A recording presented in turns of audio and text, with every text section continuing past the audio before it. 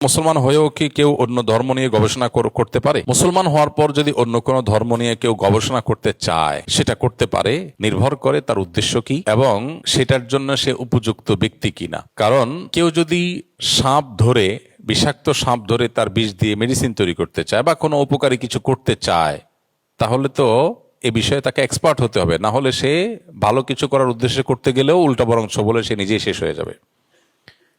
ঠিক একইভাবে একটা ছোট বাচ্চা যদি ছুরি দিয়ে কিছু কাটতে চায়, তো ছুরি দিয়ে কিছু কাটার আগে তার হাতই কেটে ফেলতে পারে। এই জন্য একজন মুসলমান অন্য ধর্ম সম্পর্কে পড়াশোনা করবেন, গবেষণা করবেন, কম্পারেটিভ রিলিজনের উপরে পড়াশোনা করবেন। এটার উপরে প্রথম শর্ত হলো তার নিয়তটা কি।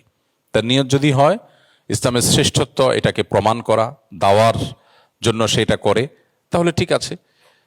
আবার আরেকটা শর্ত হলো যে তার মধ্যে যদি সেই ক্যাপাসিটি থাকে যে তার দিন, ইমান, আকিদা এগুলো অত্যন্ত শক্তিশালী ফাউন্ডেশনের উপরে ভিত গড়ে উঠেছে, এখন তার আর বিপদগামিতার শঙ্কা নেই, সে সেফ, এতটুকু ক্যাপাসিটি আছে, তাহলে সে অবশ্যই পড়তে পারে। কিন্তু সেটা ছাড়া যদি কেউ করতে যায়, তাহলে সে উল্টা বরং ওই সাপের ছোবলে নিজেই বরং মারা যেতে পারে বা নিজের ইমান আমল শেষ হয়ে যেতে পারে। এই জন্য সবার জন্য এটা জায়েজ নয় এবং এত উদার হওয়ার সুযোগ ইসলামে রাখা হয় নাই। যত উদার হলে আপনি যা খুশি তা করবেন। আসলে পৃথিবীতে যা খুশি তা করার মতো স্বাধীনতা কারোরই নেই।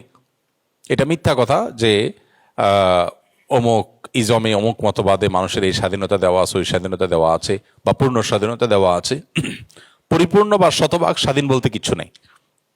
প্রত্যেকটা মানুষ নিয়ন্ত্রিত, কোনো দেশের সংবিধান দ্বারা নিয়ন্ত্রিত, বিচার বিভাগ দ্বারা নিয়ন্ত্রিত, আইন দ্বারা নিয়ন্ত্রিত, কেউ আল্লাহ তাআলার আদেশ নিষেধ দ্বারা নিয়ন্ত্রিত। সবাই নিয়ন্ত্রিত।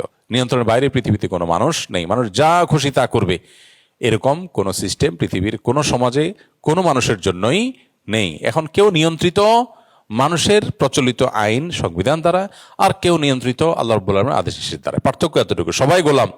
কেউ আল্লাহর গোলামের গোলাম, কেউ সৃষ্টিকর্তার গোলাম আর কেউ সৃষ্টিকর্তার গোলামদের গোলাম। পার্থক্য এটা, কে কোনটা চুজ করবে তার ব্যাপার। তো এই জন্য